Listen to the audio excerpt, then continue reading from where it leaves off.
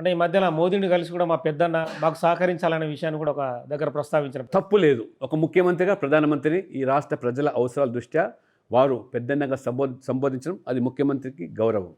కానీ మీరు ఇచ్చిన మాట నిలబెట్టుకోకపోతే ప్రజలు అదే తిరగబడే రోజులు వస్తాయి. నేను పదే పదే చెప్తున్నాను, ఈ పార్లమెంటు ఎన్నికల ఫలితాలు రాబో డబుల్ ఇంజన్ సర్కార్కు మార్గం సుగమం అవుతుంది. దానిని వాళ్ళ రేవంత్ రెడ్డి గారు తప్పుపడుతున్నారు. మా ప్రభుత్వాన్ని పడగొడతామని డాక్టర్ లక్ష్మణ్ గారు అంటున్నారు.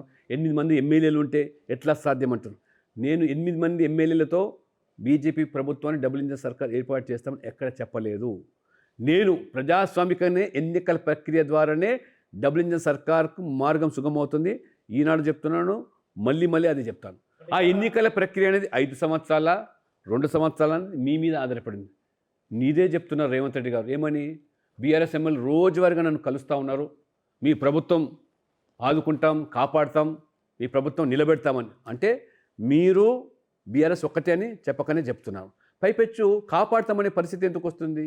ఆ అబద్ధతా భావం ముఖ్యమంత్రి రేవంత్ రెడ్డి గారికి ఎందుకు వస్తున్నది? అంటే కాంగ్రెస్ కూడా ఇదొకటి అంటుంది, ఏమని? బీజేపీ బీఆర్ఎస్ బి టీమ్గా ఉంది అనే ఒక కామెంట్ చేస్తున్నారు వాళ్ళు. అందుకే ఆల్రెడీ బీఆర్ఎస్లో ఉన్న వాళ్ళందరినీ కేసీఆర్ ఒక ప్లాంట్గా బీజేపీలోకి పంపిస్తున్నాడు, వాళ్ళకి టికెట్లు ఇప్పిస్తున్నాడు అనేది. మరి బీఆర్ఎస్ ఎమ్మెల్యేను నాకు సమర్థిస్తున్నారు, నాకు మద్దతు చెప్తున్నారు, రేవంత్ రెడ్డి చెప్తున్నారు. ఒకటి మాత్రం గుర్తుపెట్టుకోవాలా, ఇవాళ మా సంఘటన మంత్రి national general secretary Santosh ji గారు వారి మీద తప్పుడు అక్రమ కేసులు బనాయించినటువంటి ఈ బీఆర్ఎస్ నాయకులను వదులుతామా? ప్రజా కోర్టులో వీళ్ళకి ఖచ్చితంగా శిక్ష వేసేదాకా వదిలే ప్రసక్తే లేదు. అటువంటి ఒక మచ్చలేని నాయకుడు జీవితమంతా కూడా ఇవాళ పార్టీ కోసం, దేశం కోసం, ధర్మం కోసం అంకితమైన వ్యక్తుల మీద మీ రాజకీయ స్వార్థం కోసం వారి మీద అబండాలు వేస్తే బీజేపీ సహిస్తుందా? కాబట్టి మీకు ఉన్న చరిత్ర ఏమిటి? మీరు బీఆర్ఎస్ కలిసి ఎన్నికలు పోటీ చేయలేదా? కలిసి ప్రభుత్వాలు కేంద్రంలో రాష్ట్రంలో ఏర్పాటు చేయలేదా? మీరు వాళ్ళ ప్రభుత్వంలో మంత్రులుగా, వాళ్ళ ప్రభుత్వంలో మీరు మంత్రులుగా కొనసాగలేదా? ఇద్దరు కలిసి ఈ రాష్ట్రాన్ని భ్రష్టు పట్టించిన విషయాన్ని ప్రజలు మర్చిపోతారా? ఆనాడు నాకు ఇప్పటికి గుర్తుంది, తెలంగాణ ఉద్యమంలో ఈ బీడీ కార్మికులు పుర్రె గుర్తులు పెట్టి ఎవరైనా ముఖ్యమంత్రి ఆ రోజు కేసీఆరే కదా మంత్రి. ఆనాడు మరి లేబర్ మినిస్టర్గా ఉండి పుర్రె గుర్తు తీసుకొస్తే ఉద్యమం చేసింది ఎవరు? తెలంగాణ వాదులు, తెలంగాణ ప్రజలు.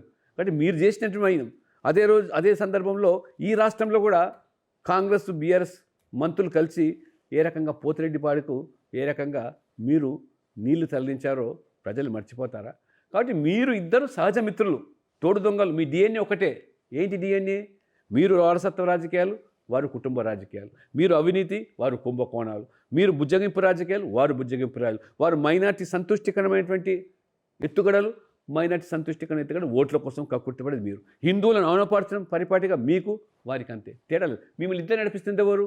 అదే మజ్లిస్ పార్టీ, ఆ మతోన్మాద మజ్లిస్ పార్టీ. కాబట్టి ప్రజలు తెలంగాణలో చాలా స్పష్టత ఉన్నారు. కాబట్టి మీరు కుప్పిగింతలు చెల్లవు.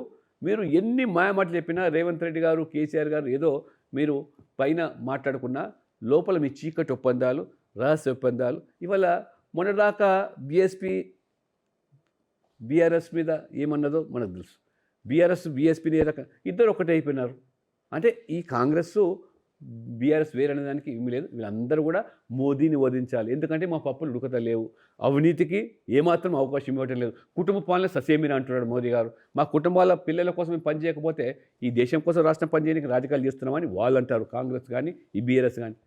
కానీ వాళ్ళు మోదీ ఎవరి కోసం రాజకీయాలు చేస్తున్నారంటే దేశ ప్రజల కోసం, పేద ప్రజల బిడ్డల భవిష్యత్తు కోసం. వీళ్ళు మా బిడ్డల భవిష్యత్తు కోసం చేస్తున్నారని చెప్పి వాళ్ళు ఓవైసీ అంటారు, కేసీఆర్ అంటారు. కాంగ్రెస్ ఇవాళ సోనియా గాంధీ నా బిడ్డను ప్రధానమంత్రి చేయాలంటారు. నరేంద్ర మోడీ గారు పేదవాళ్ళను, ఇవాళ మహిళలను చట్టసభలు 33% రిజర్వేషన్, మీరు ఎంపీలు కావాలి, ఎమ్మెల్యేలు కావాలి. ఒక ఆదివాసీ మహిళను రాష్ట్రపతి చేశాడు. ఇది సాధ్యమా మీ పార్టీలో, మీ ప్రభుత్వాల్లో? ఇవాళ ప్రజల ముందు మేము వెళ్తా ఉన్నాం.